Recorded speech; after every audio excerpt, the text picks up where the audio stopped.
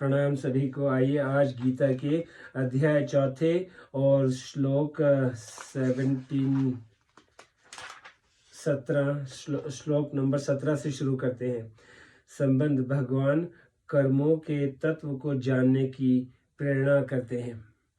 कर्मणो हापि बोद्धव्य च विकर्मण अकर्मणश्च बोद्धव्य गहना कर्मणो गति। मतलब कर्म का तत्व भी जानना चाहिए और अकर्म का तत्व भी जानना चाहिए तथा विकर्म का तत्व भी जानना चाहिए, क्योंकि कर्म की गति गहन है। व्याख्या: कर्मणो हापि बोद्धव्यम, कर्म करते हुए निर्लिप्त रहना ही कर्म के तत्व को जानना है, जिसका वर्णन आगे 18वें श्लोक में कर्मण्य कर्म या पश्येत पदों से किया गया है। कर्म स्वरूप से एक दिखने पर भी अंतःकरण के भाव के अनुसार उसके 3 भेद हो जाते हैं: कर्म, अकर्म और विकर्म। सकाम भाव से की गई शास्त्र विहित क्रिया कर्म बन जाती है। फलेच्छा, ममता और आसक्ति से रहित होकर केवल दूसरों के हित के लिए किया गया कर्म अकर्म बन जाता है। विहित कर्म भी यदि दूसरे का अहित करने अथवा उसे दुख पहुंचाने के भाव से किया गया हो तो वह भी विकर्म बन जाता है। निषिद्ध कर्म तो विकर्म है ही। अकर्मणश्च बोद्धव्यम, निर्लिप्त रहते हुए कर्म करना ही अकर्म के तत्व को जानना है, जिसका वर्णन आगे 18वें श्लोक में अकर्मणि च कर्म यह पदों से किया गया है। बोद्धव्यम च विकर्मण। जब कामना अधिक बढ़ जाती है तब विकर्म पाप कर्म होते हैं।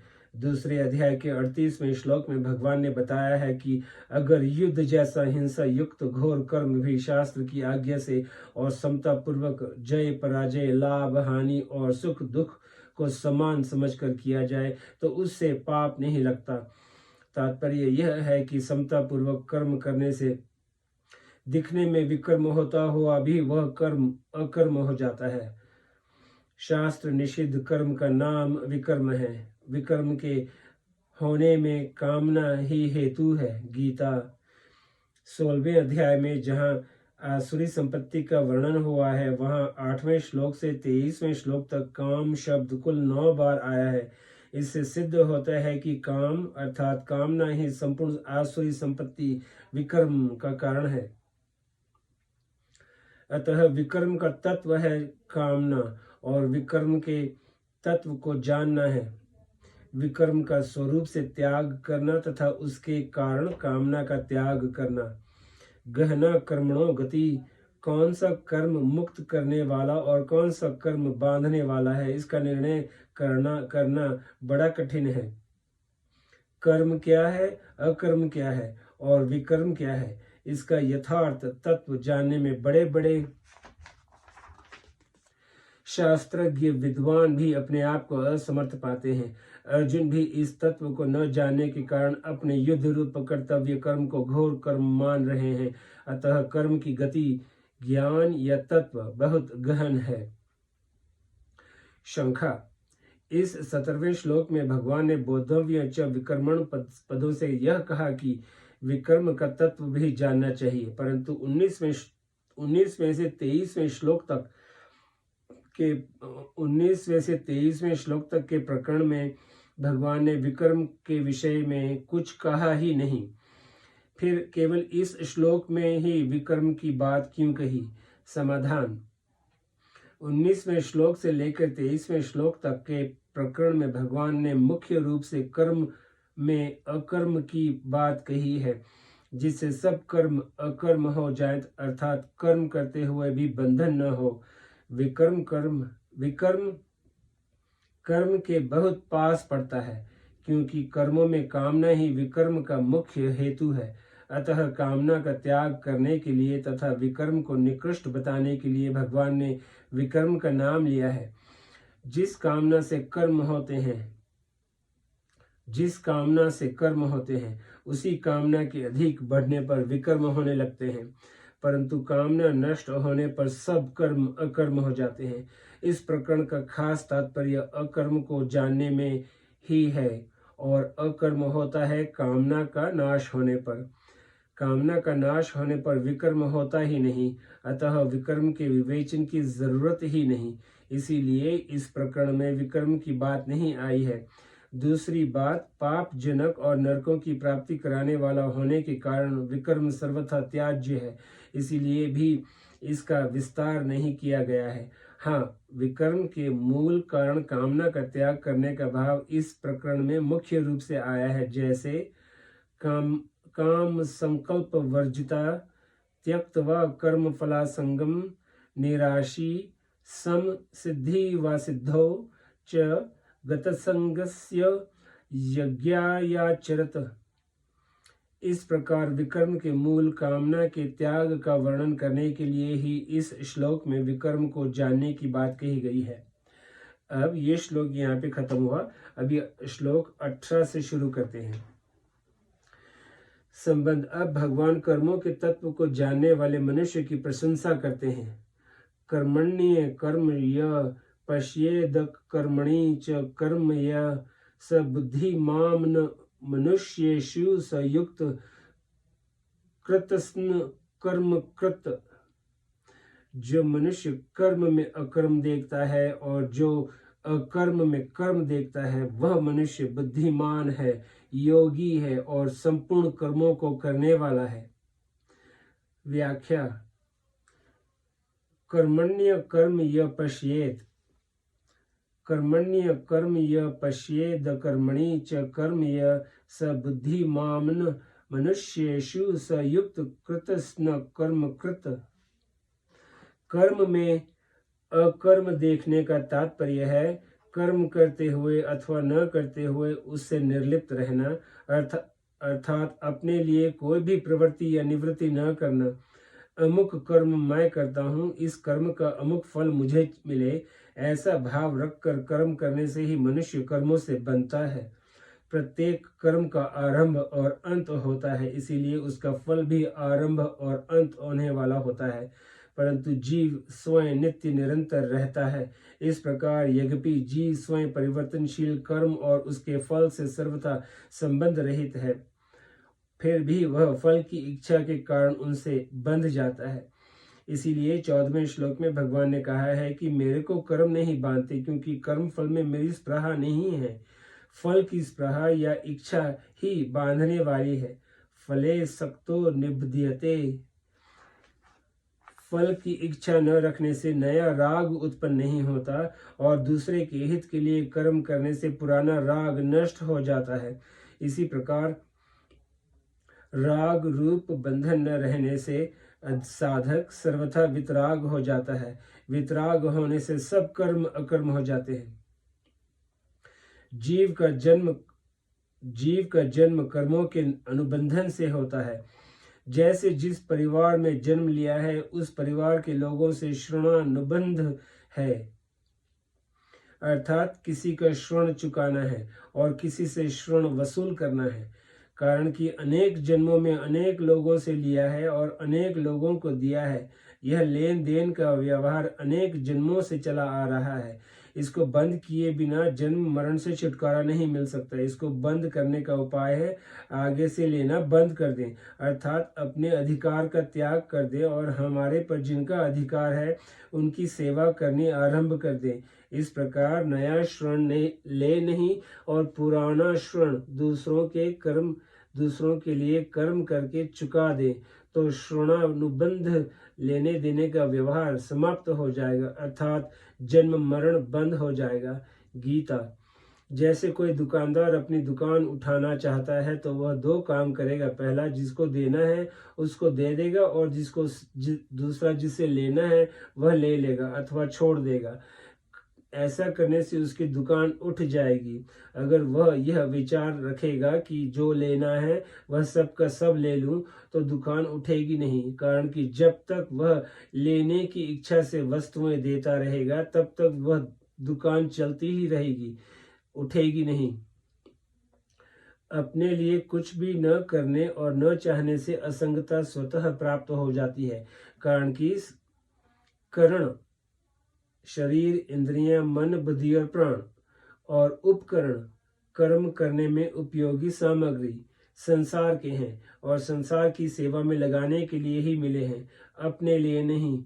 इसीलिए संपूर्ण कर्तव्य कर्म, सेवा, भजन, जप, ध्यान, समाधि भी केवल संसार के हित के लिए ही करने से कर्मों का प्रवाह संसार की ओर चला जाता है और साधक स्वयं असंग निर्लिप्त रह जाता है।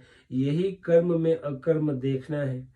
जब तक प्रकृति के साथ संबंध है तब तक कर्म करना अथवा न करना दोनों ही कर्म है।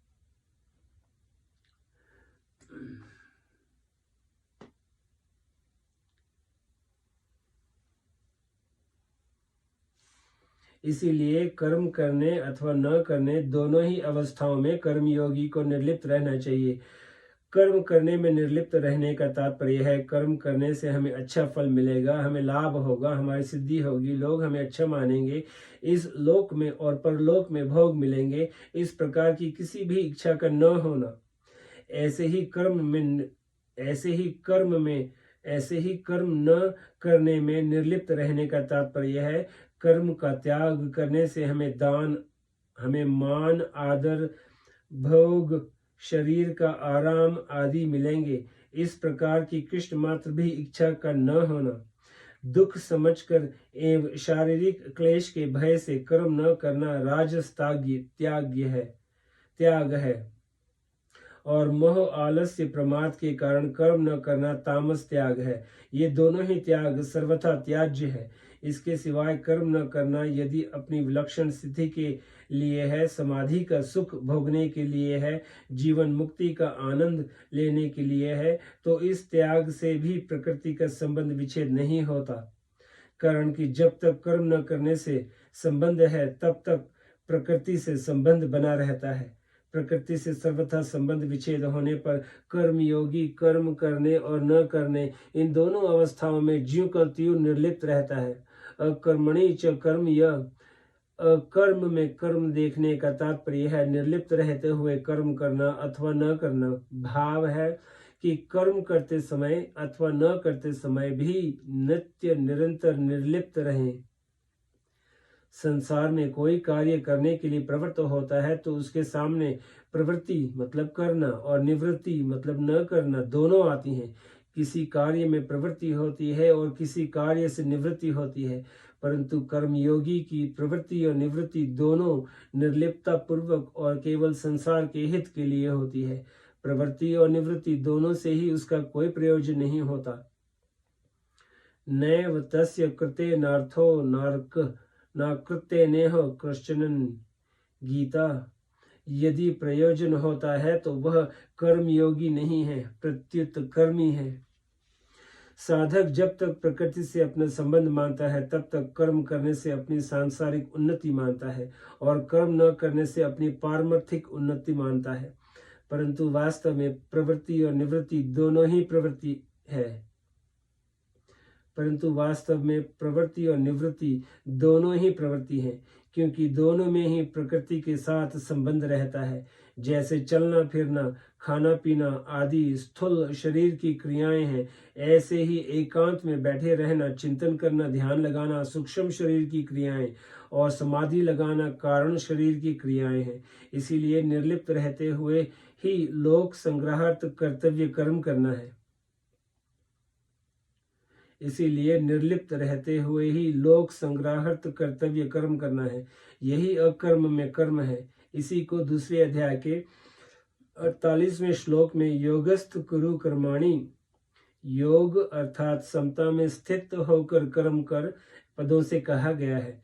सांसारिक प्रवृत्ति और निवृत्ति दोनों कर्म है। प्रवृत्ति अथवा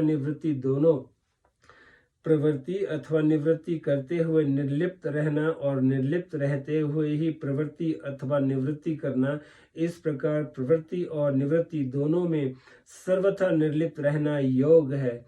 इसी को कर्म योग कहते हैं। शंखा, कर्म करते हुए अथवा न करते हुए निर्लिप्त रहना और निर्लिप्त रहते हुए कर्म करना अथवा न करना, इन दोनों में अकर्म अर्थात एक निर्लिप्तता ही मुख्य हुई। फिर भगवान ने कर्म में अकर्म और अकर्म में कर्म, ये दो बातें क्यों कही हैं? इसका समाधान है कर्म में अकर्म और अकर्म में कर्म, इन दोनों में एक निर्लिप्त सार होते हुए भी पहले कर्म में अकर्म में कर्म करते हुए अथवा न करते हुए दोनों अवस्थाओं में रहने वाली निर्लिप्तता की मुख्यता है, और दूसरे मतलब अकर्म में कर्म और दूसरे में निर्लिप्त रहते हुए कर्म करने अथवा न करने की मुख्यता है। तात्पर्य यह है कि निर्लिप्तता अपने लिए और कर्म संसार के लिए, क्योंकि निर्लिप्तता का संबंध स्वरूप के साथ और कर्म करने अथवा न करने का संबंध पर शरीर संसार के साथ है। इसीलिए निर्लिप्तता स्वधर्म और कर्म करना अथवा न करना परधर्म है। इन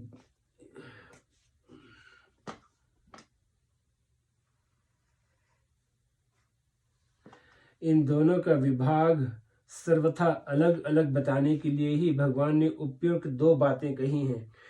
कर्म में अकर्म और अकर्म में कर्म, ये दोनों बातें कर्म योगी की हैं, जिनका तात्पर्य यह है कि प्रकृति से तो सर्वथा संबंध विच्छेद हो जाए, अर्थात करने अथवा न करने से अपना कोई प्रयोजन न रहे और लोक संग्रह के लिए कर्मों को करना अथवा न करना हो। कारण कि कर्म करते हुए निर्लिप्त रहना और निर्लिप्त रहते हुए भी दूसरों के हित के लिए कर्म करना, ये दोनों ही गीता के सिद्धांत हैं।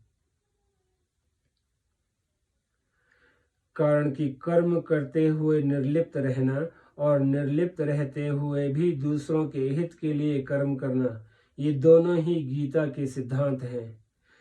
प्रवृत्ति मतलब करना और निवृत्ति मतलब न करना, दोनों प्रकृति के राज्य में ही है। प्रकृति निरंतर परिवर्तनशील है, इसीलिए प्रवृत्ति का भी आरंभ और अंत होता है तथा निवृत्ति का भी आरंभ और अंत होता है। परंतु इनसे सर्वथा अतीत परम निवृत्तत्व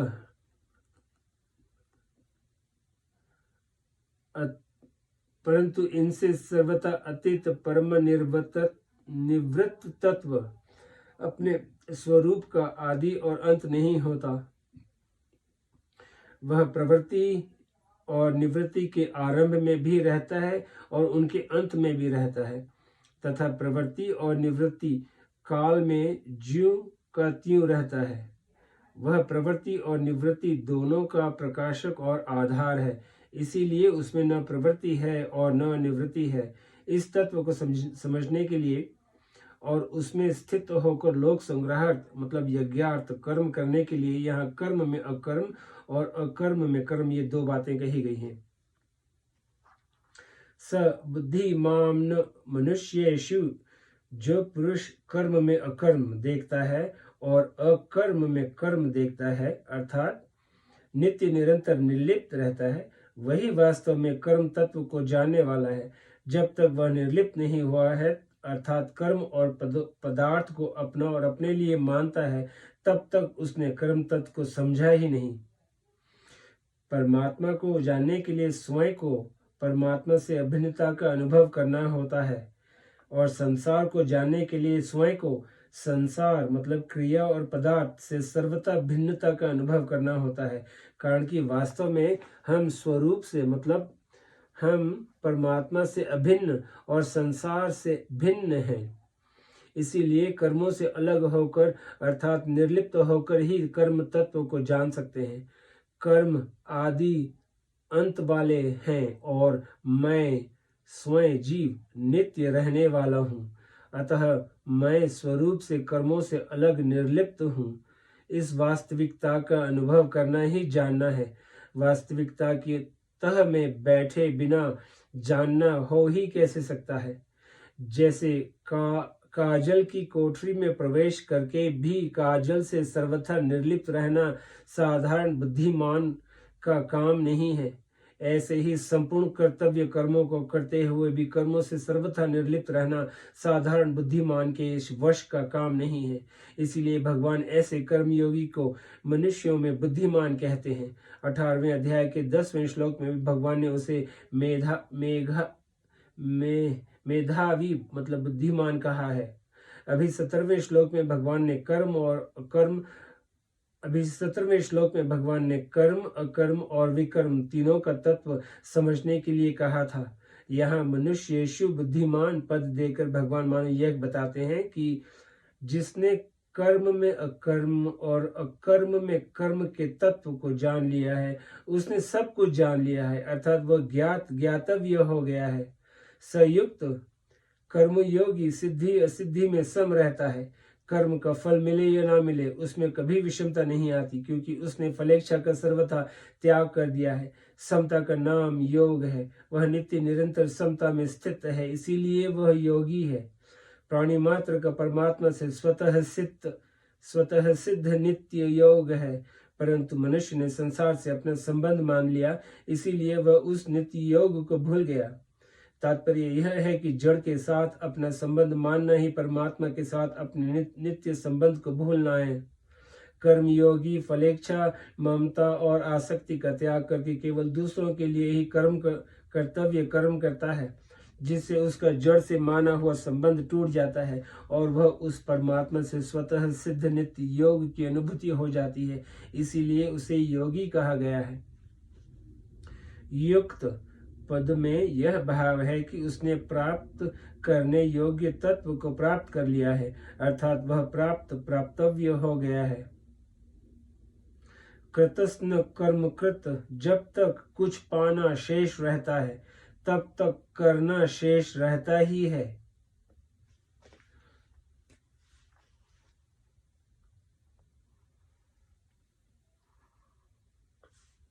जब तक कुछ पाना शेष रहता है तब तक करना शेष रहता ही है, अर्थात जब तक कुछ न कुछ पाने की इच्छा रहती है तब तक करने का राग नहीं मिटता। नाशवान कर्मों से मिलने वाला फल भी नाशवान ही होता है। जब तक नाशवान फल की इच्छा है तब तक कर्म करना समाप्त नहीं होता, क्योंकि जब नाशवान से सर्वथा संबंध छुड़कर परमात्मा प्राप्ति रूप अविनाशी फल की प्राप्ति हो जाती है, तब कर्म करना सदा के लिए समाप्त हो जाता है और कर्म योगी का कर्म करने तथा न करने से कोई प्रयोजन नहीं रहता। ऐसा कर्म योगी संपूर्ण कर्मों को करने वाला है, अर्थात उसके लिए अब कुछ करना शेष नहीं है, वह कृतय हो गया है। करना, जानना और पाना शेष नहीं रहने से वह कर्मयोगी अशुभ संसार बंधन से मुक्त हो जाता है। गीता। आइए आज यहीं पे समाप्त करते हैं। नमस्ते।